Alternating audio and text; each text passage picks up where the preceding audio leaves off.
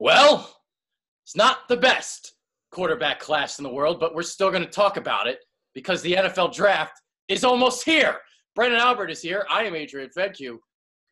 Quarterbacks, not looking too good. Look, it's the most important position in sports, period. So it's always going to be this position in all of sports and all of drafts that will get overdrafted. That's just the way it is. I mean, you look at historicals. I can go through your EJ Manuels of the world. You know, they can name off name after name after name.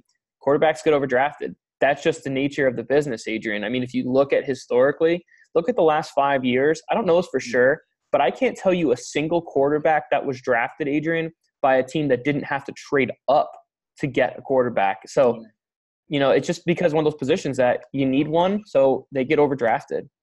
Oh, yeah.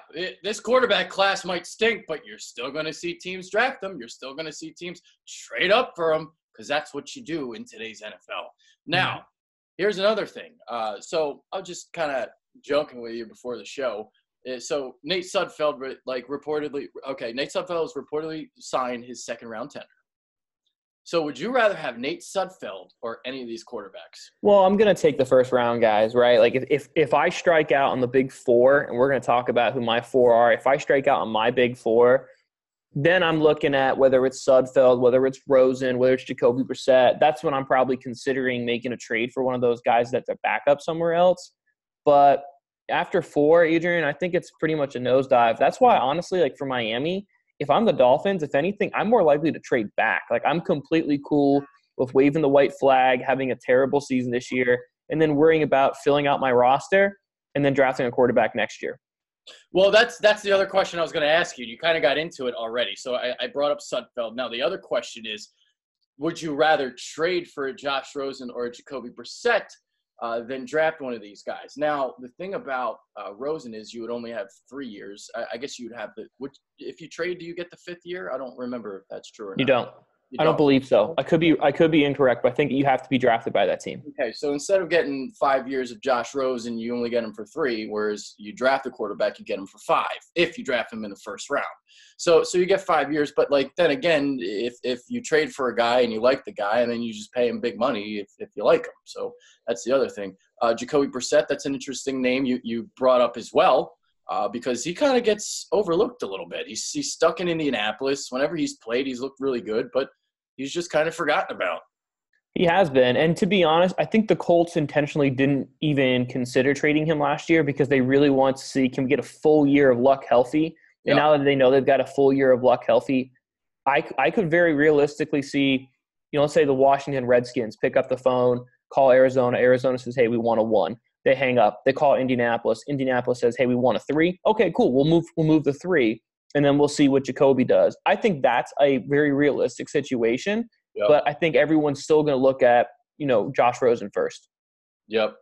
Because to me, I would rather have a Brissett or a Rosen than any of these guys. I don't like any of them.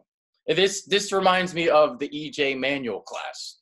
I'm forcing myself to like these guys. Yeah, I'm with you, Adrian. I mean, look, the truth is I was very critical of the guy who's looks like 90% chance is going to be the number 1 overall pick. Yeah. I'm not a big fan of him, but, I mean, look, you bring in a college coach, guy who recruited him. Like, you check all the boxes. It's like Kyle Murray's going to go number 1 at this point. And that's the crazy thing is I'm not a fan of him, but that's the reality of it, man. Yeah. Well, let's get into our rankings. Let's find out where Kyler Murray is on our rankings. So number 1 guy, this is going to be interesting. And I'm sure a lot of teams are going to have different number 1 guys because, there's a top 4 for most teams. Now, for me, there's a top 5 because there's somebody that I like a little bit more than some of these guys. That just a sleeper that I'm going to throw out there. You guys will find out temporarily. So number 1 guy, I talked about this last year with the tackle class. Give me the guy with the upside since I'm not really crazy about any of them. So my number 1 quarterback is Daniel Jones. He's got the plus arm strength, pure arm talent to make all the throws from all these different platforms. I love his deep ball, how he gets great air under it. It allows his receivers to get under it and play through the football. He extends plays. Now, the problem with him is, once you get past that first read, his footwork gets dicey. And here's the thing. It's like it's a lot of that with a lot of these quarterbacks. I'm not crazy about any of these quarterbacks getting And I'm glad we're doing this. And I think this is a good exercise that everyone needs to understand is guys in, the NFL GM spots, they're all going to disagree. And me and Adrian here very much disagree because I do not have him as my number one guy. So my number one guy is Kyle Murray. Let me kind of take you back. So you do? Okay. So you have him as your number one and you don't even like him? I don't, but Adrian, let me explain why. A couple years ago when you and me had the big Mitch Trubisky, Deshaun Watson debate, I took Trubisky. Yeah. I was a Watson guy, and you were the Watson guy. And here's how I learned, okay? I learned because I said, I really like Watson. I really like his athleticism. But my concern was I don't know how he's going to fit in everyone's offense. So I think Mitch is going to be more universal to most teams. So I'd rather take Mitch because Watson, he could have gone somewhere like Minnesota. I don't know, making shit up now. Yeah. But if the Vikings would have made a move for him, I've been like, man, that's a really traditional pro-style offense. He's not a fit. And then I said, okay, Mitch would have been the better fit. So I have learned from that. I am going to say if I don't love a quarterback, I'm going to take the upside. I'm taking Murray here because his upside is, it's as close to Russell Wilson, Michael Vick, like type of guys that we've seen. So I'll take him, Adrian, but at the same time, I wouldn't be surprised to see him break in half halfway through the season. I guess we could get into him a little bit later because I got him a little bit further down on my list. So there's that. All right, so my number two guy is Dwayne Haskins. Now, here's the thing with him. It's like I feel like he kind of lacks consistency a little bit. He had a great game against Michigan, and that's what really kind of propelled him. But then there's games like he had against Penn State where I wasn't as impressed. I thought he looked very pedestrian. The accuracy is fine. The accuracy is actually really good. But again, it's like going through the progressions and the field vision. I think he needs to get better at. See, and I would give him my number two guy as well. And you talked about accuracy, Adrian. And this is one thing that if you want a box score stat, box score scout. There we go. Sorry, tongue twister. It's not easy to say. It's not.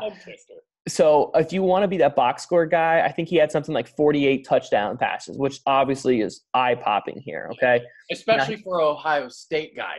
And Stephen A. Smith fell for the race card because he's black, and he thought that he's a scramble guy. No, he's a statue. He's a statue. He's closer to Peyton Manning than Michael Vick. Let's put it that way. Mm-hmm. Now, I will say this. We talk about accuracy. He is very, very accurate underneath. West Coast offense, quick game, dynamic. That's what makes him really excel. But my flip side is if you go back, and Michigan game is a great example. Look at how many of his big plays come from a 6 to 12-yard drag route and that he hits the receiver perfect in stride and then the receiver gains 20 yards. Yes. So all of a sudden that's a 20-yard completion. Not really, because it's really more of the ability to get his receivers the ball in space and let them go. So he's a guy that if my biggest criticism on him is most of his completions are shorter than longer. So don't make this believe that he's this guy who's going to throw the ball deep down the field. He's more of a West Coast guy, but he is my number two guy, Adrian. Yeah. Now, the positive thing about what you say there is, it's like, all right, he gets the drag route, he turns a 12-yard route into like 20 yards. Now, that is the thing about as a quarterback, if you put that ball on the proper shoulder, you allow for maximum yards after the catch, and that is something Dwayne Haskins does very well. 100% right, Adrian, right? I mean, you can't fault a guy for throwing an accurate pass. Okay? That's his job, right? And that was really what Ryan Day's offense was. Lots of drag routes. And when you have guys like Paris Campbell who can just outrun everyone, get him the football in space and let him go. So it definitely is a benefit of the system. But at the same time, when you only have 1 year of offense, it's hard for me to all of a sudden say, oh, well, that was only this year's offense. And another offense, I'm really confident he can do that. That's why I would be a little bit cautious about him as far as being this elite guy. He's the number two guy in this class, Adrian, but it's mostly because I don't love this class either. Yeah, I don't love this class at all, which is why my number three guy is somebody that nobody has. So this is my Kirk Cousins comparison. This is a guy you might get in like the third round, and maybe he turns out to be the best quarterback of this class. I remember the last time I liked somebody like this, it was Russell Wilson. So I'm going to like go with my instincts here, and maybe I'm right about the guy, but there's also a possibility that he stinks and he does nothing in the NFL. So we'll see. But my guy is Ryan Finley out of NC State. So the ball placement is really good. Short, intermediate, really, really good. The deep ball is superb. Reads defense as well, makes quick decisions, gets the ball out. Now, the problem is his arm strength. And, when his feet aren't set and when he's off his platform, that's the problem. So we'll see. But when I watch him, I see a little Kirk Cousins in him. I don't think any of these quarterbacks are top 20 guys in the NFL, but I think maybe Ryan Finley can be a top 30 guy. And if anything, he might actually wind up being the best quarterback in this class. I see everything you're saying there, Adrian, but man, what a weenie of an arm. I mean, I know. It's very weenie. If you want to talk about Kirk Cousins as the upside, I'm going to give you the downside, and it's Kellen Moore, a guy who just couldn't get the ball outside of the hashes in college. How am I expecting? No, I think Kellen Moore has a really noodle arm, though. You think Rick Finley's is just as bad? Yeah, I really think it's a real weenie. I am very, very low Chad on him. Pennington-ish. Yeah, Chad Pennington after the shoulder surgeries. Yeah. Okay. All right. So my 3 guy, this is my 3 and 4. Honestly, Adrian, this is a coin flip to me. If depending on the day, I might say one way or another. So to me, let's go Daniel Jones here. And I'm going to go Daniel Jones because I really like his athleticism. Yeah. The cool thing about Daniel Jones is he was a walk-on at Duke. Was originally committed, I think, to Princeton. Duke ended up offering him a walk-on spot. So he's a self-made, earned guy. I really like Daniel Jones. He's very, very athletic, which is something we don't really talk about enough. And if I'm going to give him praise, when you go put on Duke tape, count all the drops. There are so many drops here that really, really hurt his overall box score. Kind of like Josh Allen last year. Yeah, exactly. Like, and if we're gonna like the same guy again, and if we're gonna praise Josh Allen and say, oh well, it's because of drops, well then we can't talk out of both sides of our mouth, and we also got to say, well, that is a factor here for Daniel Jones as well. His athleticism is obviously a really big kind of benefit. Arm accuracy beyond 10 yards is something I want to see a little bit more of. I think he's got a good arm. It's just we got to be more accurate. But he's my number 3 guy, Adrian. Okay. All right, so my number 4 is Kyler Murray. Okay. So there we go. So he's finally made my list. Now, you've talked about all the positive traits, that unique ability to extend plays with his legs, a la Michael Vick. I think the touch on his deep ball is very good. I think it's excellent even. Here's my thing. And this is going to sound hypocritical because Baker Mayfield was just drafted number 1 overall. But Oklahoma schemes their receivers open. You don't really have to go through progressions. There's no tight windows. And that's my concern for him heading into the NFL is the tight windows and going through stuff. Baker Mayfield is just a different cat. He's got the it factor. He's got everything. And Kyler Murray, to me, I don't see that Baker factor to him. I think I'm seeing bust here. I'm seeing Achilles Smith, to be honest. I could be wrong. I mean, look, let's call it like it is. Yes, he won the Heisman Trophy, but he also only played 1 year. Yeah, of course, the reason he played 1 year is because he was the backup to number 1 overall pick last year in Baker Mayfield. Yeah. But you're not wrong, Adrian. I mean, there's a reason we haven't seen a robust amount of guys that are his size in the NFL. There is very real concern about injury risk. I mean, technically, we've never seen anyone his size. Like, because people will bring up Drew Brees and stuff, but he's like 5'9". And he's thick. That's the other thing. Like, I am more concerned personally about his weight than I am about his height. And you know what? Like, you can come into the combine and be all water weight, and that's all well and good. But we all know just as well, he's not playing at that weight, right? So, like, to me, that's why it's a concern. I think his upside still is worthy of him making him the number one quarterback in this draft, Adrian, because I don't love these quarterbacks, but I understand why people aren't high on him. So my number 4 guy is Drew Lock. Drew Lock is dripping with upside because he does have a really big arm. He is pretty athletic, but man, he can be a deer in the headlights sometimes under pressure. And you know what? Oh, yeah. You go to the NFL, man, you're not going to get a clean pocket. So that's my concern. That's why I don't like him. And I understand all of that, Adrian. But you know what? When we have to do a top 5, if there's not a great quarterback in this class, then I'm going to take the guys who have the upside because I'm going to say, okay, well, if everyone else is meh, then give me the guy with upside. But I'm not trading up for Drew Lock either. That's why I really think if the Denver Broncos stand put and he's there, it's a good pick for Denver because they need a quarterback and they wouldn't trade up for him. But if you're telling me the Miami Dolphins trade up for Drew Lock, I'm going to crap all over that one. Yeah, I'm with you there. So yeah, Drew Lock's my number 5. You kind of talked about him there, so no really need for me to get into him any further. The only thing for me to add is he does kind of have a little bit of a low release point, but that's apples and oranges picking that there. Yeah, I think I can understand where you're coming from here. So my 5 guy here is Jarrett Stidham from Auburn. Just a year ago, we were talking really highly about Jarrett Stidham, about being a guy I like that who could be pretty high. I think Stidham's a guy we're probably going to see in the second round. I think a very realistic situation is if the Giants skip on a quarterback in the first round or if the quarterback just go before them, then I think Jarrett Stidham's a guy that we'll see the Giants take in the second round. Stidham, to me, Adrian, I think he does a lot of the good things that I remember of Jameis Winston coming out of college. Yeah. Jameis Winston coming out of college threw a really nice touch. And I think that's the biggest thing for Stidham here is he's a really nice touch in the pocket. Everything else about Jarrett Stidham is just fine. I don't think he's a guy who has a massive amount of upside, but I also don't think there's a massive amount of failure here. So I think for Jarrett Stidham, if he ends up going in that second to third round, that's fine here for him. I think that's appropriate, and that's why he's my number 5 guy. All right. So the thing I wanted to get into now, I meant to get into this earlier. We kind of talked a little bit about Nate Sudfeld, kind of talked briefly. So the Eagles really like their backup quarterbacks. Mm-hmm. Do you see them drafting a guy, or do you see them maybe waiting because this class really isn't that good?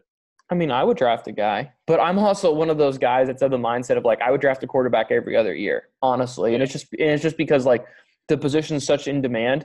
Mm-hmm. And you know what? If you're the Patriots and all of a sudden you can start trading out Castle, you can start trading out Jacoby Brissett, you can start trading out, oh my gosh, I can't think of his name, Garoppolo. Yeah. If you can start trading out guys and getting assets for them, why wouldn't you? That's kind of my mindset. So to me, Adrian, if I'm the Eagles and I'm thinking a late round, thinking 6th round, how about Gardner Minshew? I think this would be a guy who'd be a lot of fun in the RPO system, had a lot of success there at Washington State, can throw the ball around the field.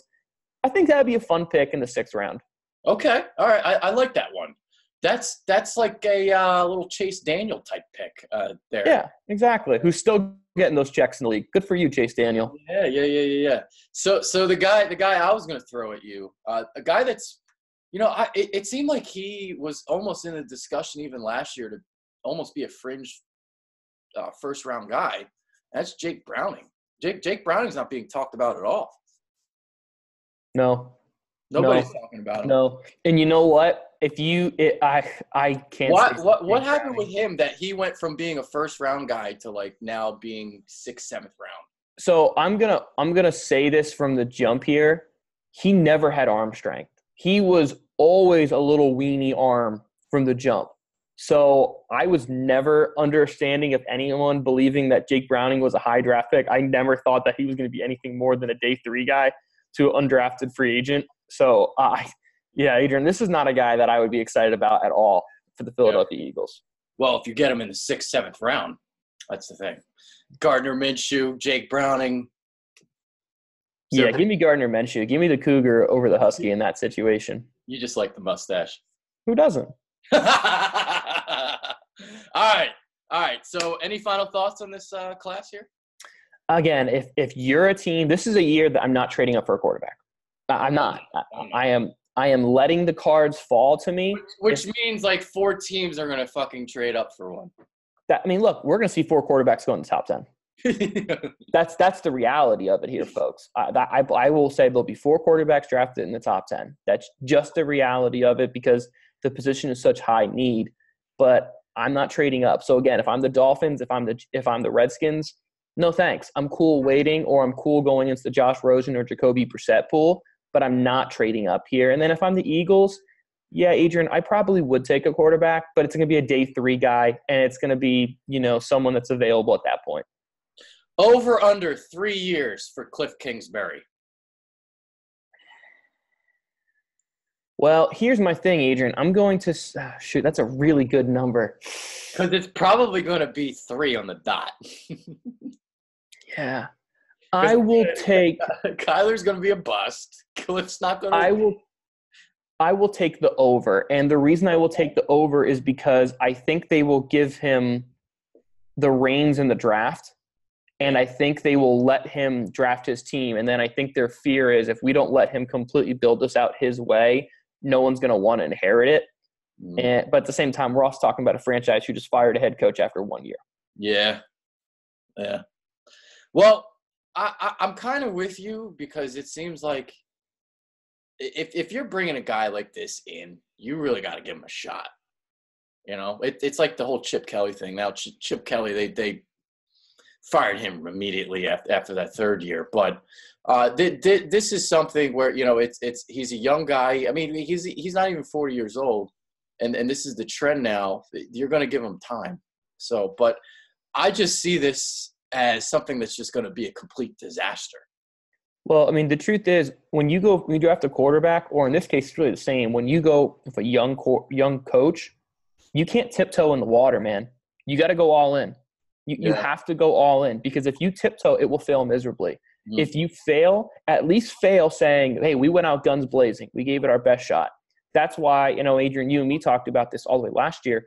I still don't like the Lamar Jackson trade for the Baltimore Ravens, and I still don't think Lamar Jackson's a good quarterback. But at the same time, once you make that move, you're all in for 2 to 3 years. All in. And if it fails, it fails. And I think that's what the Cardinals have to do. They have to go all in on Cliff, and I think that means they're going to go all in on Kyler Murray. They have the number 1 pick. They really need to build an offensive line, too. Like, badly. They might have the worst in the league. Yeah. And you're gonna put Kyler Murray back there. He's gonna get hurt in week 2. Well, I mean, it was the same conversation the Eagles had years ago with Michael Vick and Nick Foles. They said, well, let's put Michael Vick back there because he can stay alive a little bit longer and avoid the pass rush. That's the same conversation that I think is probably happening in that draft room there in Arizona.